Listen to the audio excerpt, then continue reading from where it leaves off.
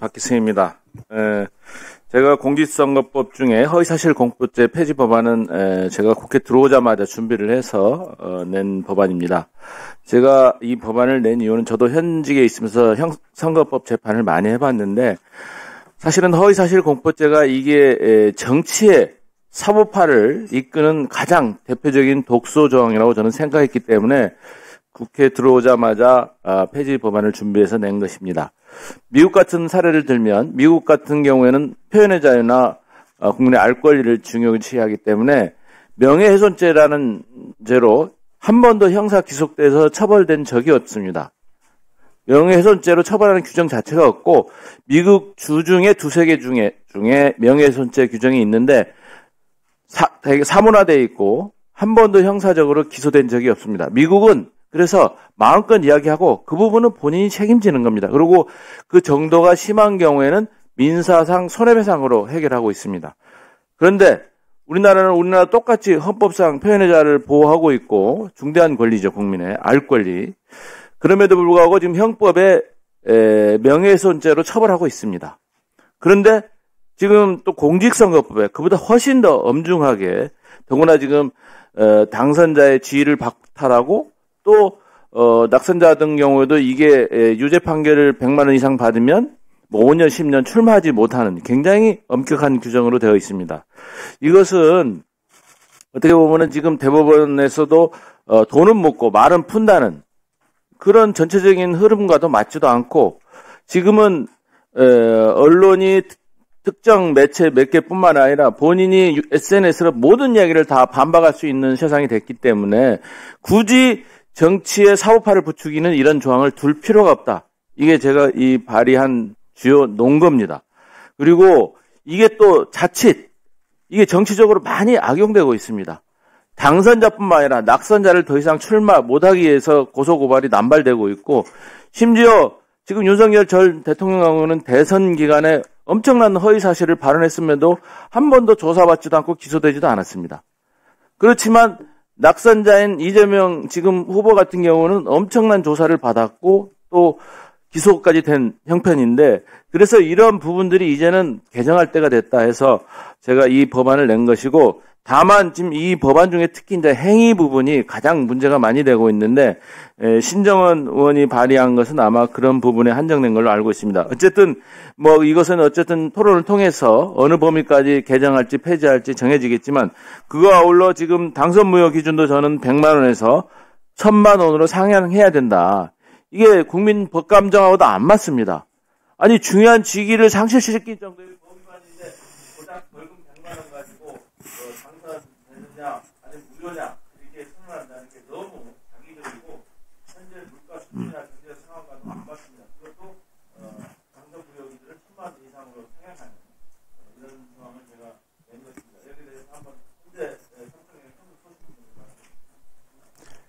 기본적으로 250조 1항의 그 입법 취지는 유권자의 그 선택, 그 의사를 왜곡시켜서 선거의 공정성을 해하는 부분을 규제하기 위한 법률입니다.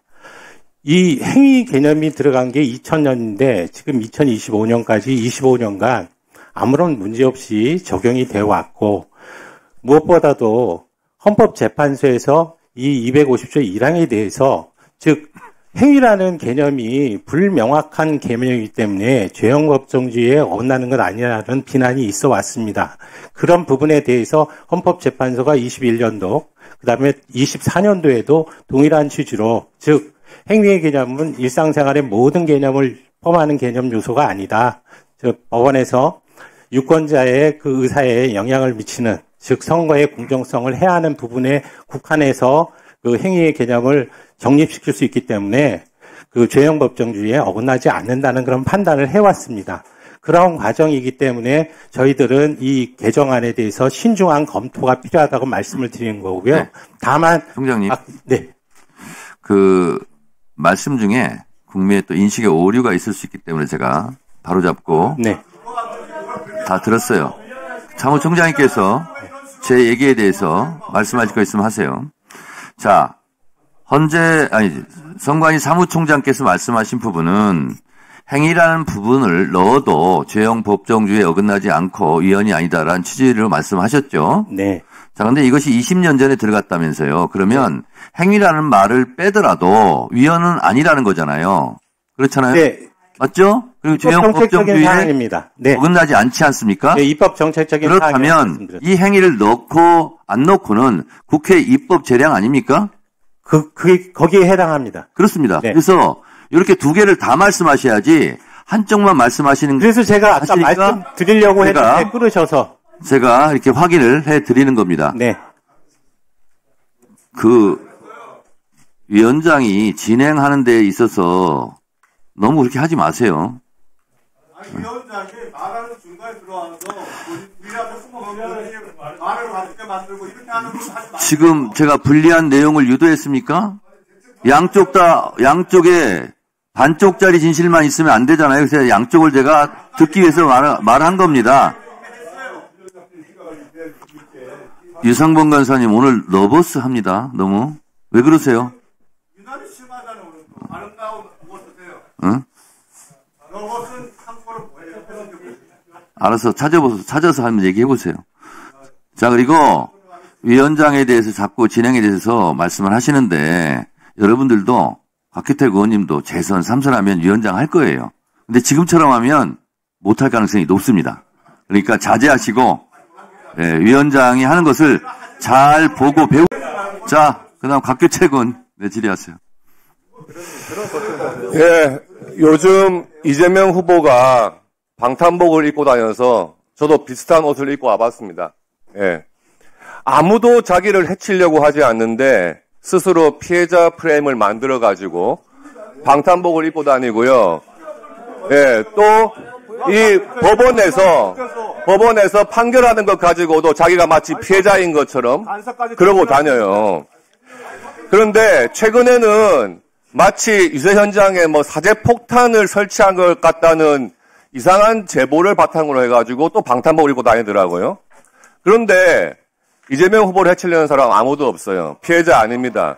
그런데 이 법사위에는 저하고 지금 3m 거리 내에 전직 테러리스트 사제 폭탄을 만들어서 터뜨리려고 했던 사람이 앉아 있어요. 그것도 미국 대사관절하고 본인이 스스로 자인을 했습니다. 그런 상황에서 제가 방탄복을 안 입고 들어올 수가 있겠습니까? 맞죠? 계속하세요. 그래서 오늘 지금 국민들께서 왜 대법원에 대해서 탄핵을 하려고 하느냐, 그리고 이 지금 오늘 올라온 법들이 왜 필요한 법이냐, 이런 것에 대해서 굉장히 의문들을 가지고 계십니다. 지금 우리가 대체 토론하고 있는 공직선거법뿐만 아니고 오늘 올라오는 모든 법들, 법원조직법, 헌법재판소법, 그리고 특검법, 대법원장에 대한 특검법, 이런 것들이 지금 대법원에 대한 권위를 무너뜨려가지고 헌법재판소 밑으로 두려고 하는 그런 취지에서 다 나온 법들 아닙니까?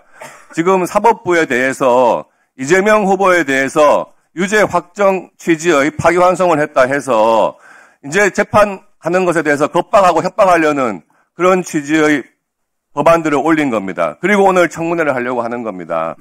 불출석 사유서에서 밝힌 바와 같이 대법관들이 본인들의 판결 내용을 가지고 국회에서 청문회를 하겠다, 또 특검을 하겠다 하는 것이 바로 사법 탄압, 의회 독재인 거예요. 국민들께서 오늘 왜 지금 법사위에서 이 대선 전국에 법사위를 하고 있느냐, 이런 부분에 대해서 똑똑히 이해를 하셔야 될 것 같고요. 이재명 후보가 입고 다니는 방탄조끼, 방탄복, 그것도 본인을 스스로 마치 사법 피해자라는 프레임을 만들기 위한 그런 쇼에 불과하다 하는 것을 말씀드립니다. 이상입니다. 네.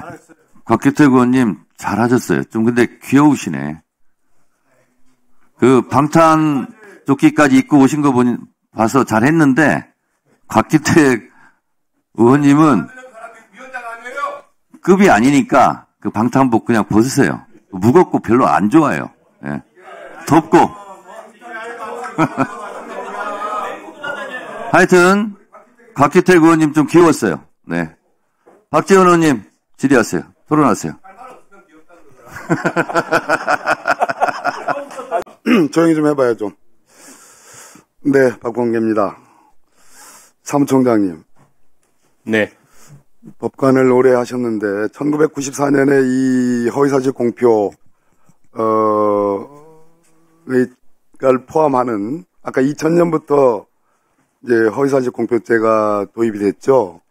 행위 개념이, 행위 개념이. 도입된 게 2000년. 공선법은 1994년에 만들어졌더라고요. 네, 그렇습니다. 1994년은 1988년 대한민국 올림픽 이후입니다. 왜 이런 말씀을 하냐면 1994년 이전에 대한민국에 선거가 없었습니까? 있었습니다. 있었죠. 네. 1988년에 대한민국이 선진국으로 가는 그 도상에 있었다라고 우리가 자랑스럽게 얘기하기도 했지요. 즉, 이 법이 있고 없고에 따라서 공직 선거 문화가 선진적이냐 안 선진적이냐라는 건 아니라고 보는 겁니다. 그런 취지로 아마 입법 정책적으로 결정해야 된다는 말씀이 그런 취지라고 보여져요. 자, 이 조항은 허위 사실 공표죄예요. 우리가 관념적으로 사실이라는 개념에 대한 어렴풋한 정의가 있습니다. 그리고 문제되는 조항은 행위입니다. 사실과 행위는 표현이 다르죠.